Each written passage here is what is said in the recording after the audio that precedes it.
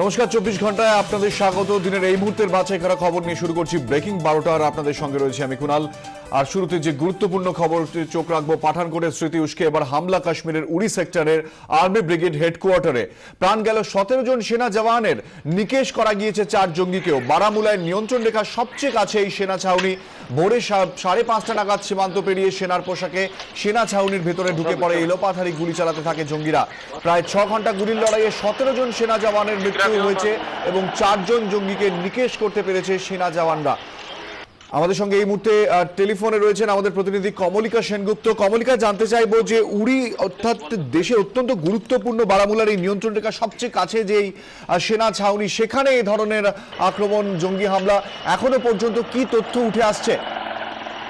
জানা যাচ্ছে এটা সকাল 4টে, ভোর 4:30, 4:30 সময় কিন্তু এই হামলা শুরু হয় এবং এই যে উড়ি সেক্টরের এই ফরওয়ার্ড পোস্টটা, এটা সব একেবারে নিয়ন্ত্রণ রেখার ওপরে অর্থাৎ লাইন অফ কন্ট্রোলের ওপর যে ফরওয়ার্ড পোস্ট রয়েছে তার উপরে হামলা হয় এবং বেশ কিছু জন আর্মির সেনা পোশাকে ঢোকে এবং সেনা পোশাকে ঢুকে এসে তারা এই গুলি চালাতে শুরু করে দেয় এবং গ্রেনেড এক্সপ্লোড করে।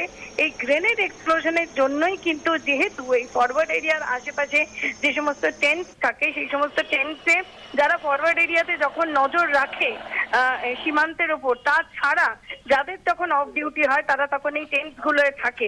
সুতরাং এই গুলির লড়াই, যারা ফরওয়ার্ড পোস্টে রয়েছে তারা যখন গুলির লড়াই চালাচ্ছিলেন, যারা 17 জন যারা মারা গেছে তাদের মধ্যে বেশিরভাগই কিন্তু তখন ঘুমন্ত অবস্থায় টেন্টে ছিল এবং গ্রেনেড এক্সপ্লোশনের সময় কিন্তু যে আগুন লেগে যায়, যে বিস্ফোরণ হয়, তার জেরে কিন্তু এতজনের মৃত্যু হয়েছে, এতজন শহীদ হয়েছে, এমনটাই জানা যাচ্ছে সেনার সূত্রে। মনোহর পরিক্কার প্রতিরক্ষা মন্ত্রী তিনি পৌঁছচ্ছেন উড়িতে, পৌঁছচ্ছেন আর্মি চিফ দলবীর সিং সুহাগ, এবং পাঠানকোটের পর এটা একটা সবচেয়ে বড় অ্যাটাক এমনটা বলা যেতেই পারে। এবং আবারও একই প্রশ্ন উঠছে যে এই যে অনুপ্রবেশকারী, এই ইনফিলট্রেশন গত 4 মাস ধরে যে কন্টিনিউয়াসলি যেটা বাড়ছিল এবং স্নাইপার অ্যাটাকস দুদিক থেকে হচ্ছিল, সেখান থেকে দাঁড়িয়ে সুরক্ষা কেউ কি এমন আছে যে সেনাবাহিনীর মধ্যেই আছে যার জেরে এরা ঢুকতে পেরেছে, এইসব প্রশ্নগুলো কিন্তু উঠতে শুরু করেছে।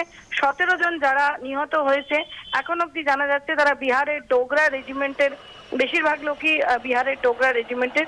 কিন্তু একটা বড় প্রশ্ন উঠছে যে আবার কি করে এত এই কমলিকা, কোন জঙ্গি এখনো লুকিয়ে আছে কিনা, এমন কোন খবর কি সামনে আসছে? দেখো, এরকম যখন অপারেশন চলে তখন একেবারে, এখন যেটা চলছে 4 জনকে নিকেশ করা গেছে, কিন্তু এখন কোম্বিং অপারেশন চলছে। সুতরাং এখনই এটা বলে দেওয়া যায় না যে কোনো জঙ্গি ভেতরে নেই, কিন্তু আশা করা যাচ্ছে যে 4 জন ঢুকেছিল সেই 4 জনকে মারা, মানে তাদের মৃত্যু হয়েছে। কিন্তু এখন যতক্ষণ না টোটাল সার্চিং অপারেশন, কোম্বিং অপারেশনটা শেষ হচ্ছে, ততক্ষণ না এটা বলা যায় না। কারণ এমন ভাবে তারা এটা আতঙ্কিত, এমন ভাবেই হঠাৎ তারা ঢুকে পড়েছে যে এখনো সেই ছবিটা স্পষ্ট নয়। কমলিকা, ধন্যবাদ। কমলিকা সেনগুপ্ত আমাদের সঙ্গে ছিলেন। এই মুহূর্তে আমরা শুনে নেব প্রতিরক্ষা বিশেষজ্ঞ এম খাজুরিয়া, তিনি কি বলছেন। 4-5 जो फिदाइन हैं वो कैंप के अंदर दाखिल हो गए हैं। मिलिट्री फटीग यूनिफॉर्म में आए थे और वहाँ से मारामारी चल रही है। बैरक्स को आग लग गई है और ये बड़ी सेंसिटिव इंस्टॉलेशन है।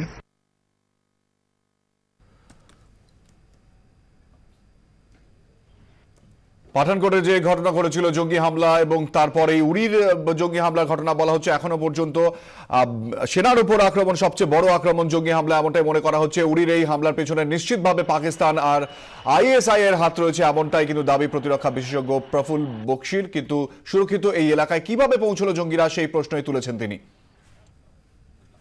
আমাদের সঙ্গে এই মুহূর্তে টেলিফোনে রয়েছেন কর্নেল সৌমিত্র রায়। কর্নেল রায়, এই ধরনের ঘটনা এখনো পর্যন্ত বলা হচ্ছে সবচেয়ে বড় জঙ্গি হামলা সেনার উপরে, আপনি কি বলবেন? হ্যাঁ, আমি একটু কারেক্ট করতে চাই যে নিবেদনটা করা হলো। প্রথম কথা হচ্ছে, এই যে এই স্ট্রাইকটা হয়েছে উড়ির একটা ব্যাটালিয়ন এর রেয়ার অ্যাডমিনিস্ট্রেটিভ এরিয়া, যেটা ব্রিগেড হেডকোয়ার্টারের খুব কাছে অবস্থিত ছিল। এখন উড়ির এই যে গ্রাউন্ড জিরো যেখানে এই ব্যাপারটা ঘটলো, এটা লাইন অফ অ্যাকচুয়াল কন্ট্রোলের থেকে 7 থেকে 10 কিলোমিটার দূরে। আমি এই নিজের একটা অ্যাসেসমেন্ট দিচ্ছি, এটা কিন্তু কোনো নর্মাল টেররিস্ট স্ট্রাইক না। এটা পাকিস্তানের স্পেশাল সার্ভিস গ্রুপ, যাদের আমাদের ভাষায় কমান্ডো বলা হয়, সেই কমান্ডোদের একটা স্ট্রাইক। এটার প্যাটার্ন, যে প্যাটার্নটা এখন পর্যন্ত আমি দেখতে পাচ্ছি, 6 থেকে 10 kilometre line of actual control পার হয়ে রাতের অন্ধকারে মুভমেন্ট করা is one of the pattern. তারপর তারা এসে হিট করলো যেটা সফট টার্গেট। রেয়ার অ্যাডমিনিস্ট্রেটিভ এরিয়াতে কি হয়, যখন একটা ব্যাটালিয়ন আরেকটা ব্যাটালিয়নের মধ্যে মুভমেন্ট করে তাদের চেঞ্জ করা হয়, সেখানে এই ধরনের জওয়ান থাকে যারা ফিজিক্যালি একটু উইক, আর সেখানে অ্যামুনিশন ডাম্প প্রথমে করা হয়, পেট্রোল ডাম্প করা হয়, রেশন ডাম্প করা হয়, তারপর সেখান থেকে সেগুলোকে আগে লাইন অফ অ্যাকচুয়াল কন্ট্রোলের ওপরে ব্যাটালিয়নকে সাপ্লাই করা হয়। কমান্ডোরা বা স্পেশাল সার্ভিস গ্রুপ সবসময় এই ধরনের সফট টার্গেট সিলেক্ট করে যেখানে security is not very strong. তারা আর টাইমিং আর্লি মর্নিং 4:30 থেকে 5টা, যেখানে সেই সময়টা জওয়ানদের মধ্যে একটা চেঞ্জ অফ গার্ডস হয়, প্লাস জওয়ানদের এই ধরনের যখন তারা রাত্রিবেলা ডিউটি করে, ওই সময়টা সব থেকে একটা স্লথ মেন্টাল থাকে। সমস্ত কমান্ডো রেডি ঠিক এই আর্লি মর্নিং এ করা হয়। যে 4 জন আমরা বলছি ফিদায়েকে আর্মি খতম করেছে, সেই 4 জন হচ্ছে একটা গ্রুপ। যখন এই ধরনের কমান্ডো স্ট্রাইক করা হয়, তারা আলাদা আলাদা গ্রুপে, একটা কাট অফ গ্রুপ, একটা অ্যাসল্ট গ্রুপ, একটা রেকি গ্রুপ, এই ধরনের গ্রুপ থাকে। একটা গ্রুপ যেটা ওখান থেকে মুভ করতে পারেনি বা ঠিক সময় স্ট্রাইক করার পর পালিয়ে যেতে পারেনি, তাদের সেনাবাহিনী খতম করেছে। কর্নেল রায়, এক্ষেত্রে জানতে চাইবো, এই ধরনের ঘটনা অনেক রেকি করে করা সম্ভব, তাহলে আপনার অনুমান ঠিক কি? এটা আরো হবে। এটা তো শুরু হলো। তাকে আমি একটু বড় অ্যাঙ্গেলে দেখছি, যেভাবে একটা সিভিল ডিস্টারবেন্স মুভমেন্ট কাশ্মীরের, সাউথ কাশ্মীর, স্পেশালি কুলগাঁও, সোফিয়া, অনন্তনাগ, পুলওয়ামাতে শুরু হলো। এই আমরা যদি উড়িকে নিই, এটা কিন্তু কন্টিগুয়াস টু দ্যাট এরিয়া। যেটা পাকিস্তান সেনাবাহিনী রাহিল শরীফ চাইছে যে এই সিভিল ডিস্টারবেন্সটার সঙ্গে সেনাবাহিনীকে যুক্ত করে একটা এই ধরনের সিচুয়েশন ক্রিয়েট করো, যেটা নওয়াজ শরীফ ইউএন জেনারেল অ্যাসেম্বলিতে গিয়ে বলবে যে কাশ্মীর ইজ বয়েলিং। সেখানে শুধু সিভিল ডিসওবিডিয়েন্সই হচ্ছে না, সেখানে সেনাবাহিনীর উপর আক্রমণ হচ্ছে। যে কাশ্মীরিরাই এটা করছে, তারা কোনোদিন বলবে না that it is done by the Pakistan Special Service Group. It is a very serious development. দেখেন 17 জন সেনাবাহিনী শহীদ আর প্রায় 20 জন seriously wounded is a very big strike. এটাকে টেররিস্ট স্ট্রাইক ভাবে নিলে হবে না। যারা এটা টেররিস্ট স্ট্রাইক বলছে, আমি তাদের বলবো তারা ভুল অ্যাসেসমেন্ট করছে। It is a strike by Pakistani special service group. Colonel Roy, ধন্যবাদ আমাদের সঙ্গে কথা বলার জন্য। কর্নেল সৌমিত্র রায় আমাদের সঙ্গে এই মুহূর্তে টেলিফোনে ছিলেন। আমাদের সঙ্গে এই মুহূর্তে রয়েছেন প্রাক্তন সেনাকর্তা সমীর মিত্র আমাদের সঙ্গে এই মুহূর্তে রয়েছেন। সমীর বাবু, যে ঘটনা এখনো পর্যন্ত যেটা জানা যাচ্ছে যে 17 জন সেনার মৃত্যু হয়েছে এবং 4 জন জঙ্গিকে নিকেশ করা গিয়েছে, এত বড় ধরনের জঙ্গি হামলা আপনি কিভাবে দেখছেন? এটা কি জঙ্গি হামলা না সরাসরি পাকিস্তানের হাত বলে আপনি মনে করেন? না, আমি সরাসরি পাকিস্তান আর্মি এর সঙ্গে এসে এইভাবে ফিদাইন অ্যাটাক করবে, এই ব্যাপারটা এখনো পর্যন্ত বোধহয় তদন্ত সাপেক্ষ, এবং এই ব্যাপার এক্ষুনি সেইভাবে কোনো আমি মেনে নিতে প্রস্তুত নই। তবে হ্যাঁ, মনে রাখতে হবে যে খুব শীঘ্রই ইউএন কাউন্সিলে যাচ্ছেন নওয়াজ শরীফ, সুতরাং Kashmir has to be kept alive and they have taken this opportunity. This particular attack যেটা আজকে হয়েছে উড়ি সেক্টরে আর্লি মর্নিংয়ে, this is something not very new. আমরা যদি মনে করি 2002-এ কালুচকে, জম্মুর কালুচকে এই ধরনের একটা অ্যাটাক হয়েছিল, মনে রাখতে হবে যে টেররিস্ট আর Pakistan is the live on anti India feeling sentiment emotion.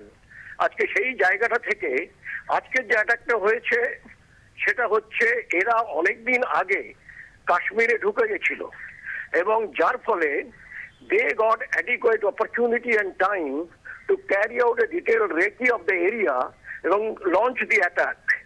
These 4 guys যারা বলছেন যে নিউট্রালাইজ হয়ে গেছে, they were heavily armed এবং তারা প্রত্যেকটা জায়গায় এই জিনিসটা করেছিল। এখনো পর্যন্ত আমার যেটা মনে হচ্ছে, with my little experience in that sector, I have been in Uri and Baramulla. তাতে আমার যেটা মনে হচ্ছে সেটা হচ্ছে they had a two-pronged strategy. LOC since being very close, ওখান থেকে একটা also LOC ওরা বোধহয় ফায়ার করে সামনের ইয়েটাকে এনগেজ রেখেছিল to draw their attention and keep them engaged. পেছনে যেটা করেছে, যেটা অ্যাডমিনিস্ট্রেটিভ বেস বলছে, সেই administrative base which is normally should have been fortified very well and well guarded, কিন্তু সেটা হয়নি। মনে হচ্ছে এই জায়গায় তাহলে 17 জনকে মেরে চলে যাওয়া, it is a very very difficult task for any kind of ফিদাইন it can be. Yes, self explosion, self evolution যেটা করুক তাতে হতে পারে, কিন্তু armed gang coming and killing 17 people, it is something that we must be very very clear about it, and we must take care. This may not be the one and only.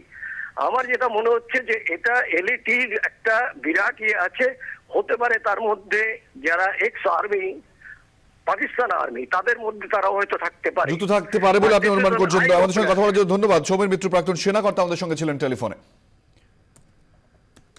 রীতিমতো ছক করে এই brigade হেডকোয়ার্টারে target করেছে সন্ত্রাসবাদীরা। সেনার এরকম প্রশাসনিক ঘাঁটিতে মজুদ থাকে রসদ আর গোলাগুলি।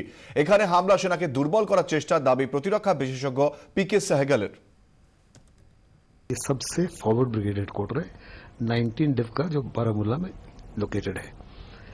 ये बॉर्डर से बहुत नजदीक है, हर प्रकार से इस हेडक्वार्टर को प्रोटेक्ट किया जाता है। श्रीनगर और मुजफ्फराबाद का जो बॉर्डर ट्रेड है, ट्रक्स हैं दोनों देश के, इधर से जाते हैं। सुरक्षा बड़ी कड़ी है, बड़ी मजबूत है। उसके बावजूद 3 से 4 टेररिस्ट जो हैं आज सुबह 4 बजे घुसपैठ करने में सक्सेसफुल हुए। किसी सिक्योरिटी पर्सनल या सिक्योरिटी पोस्ट से बहुत बड़ी चूक हुई है।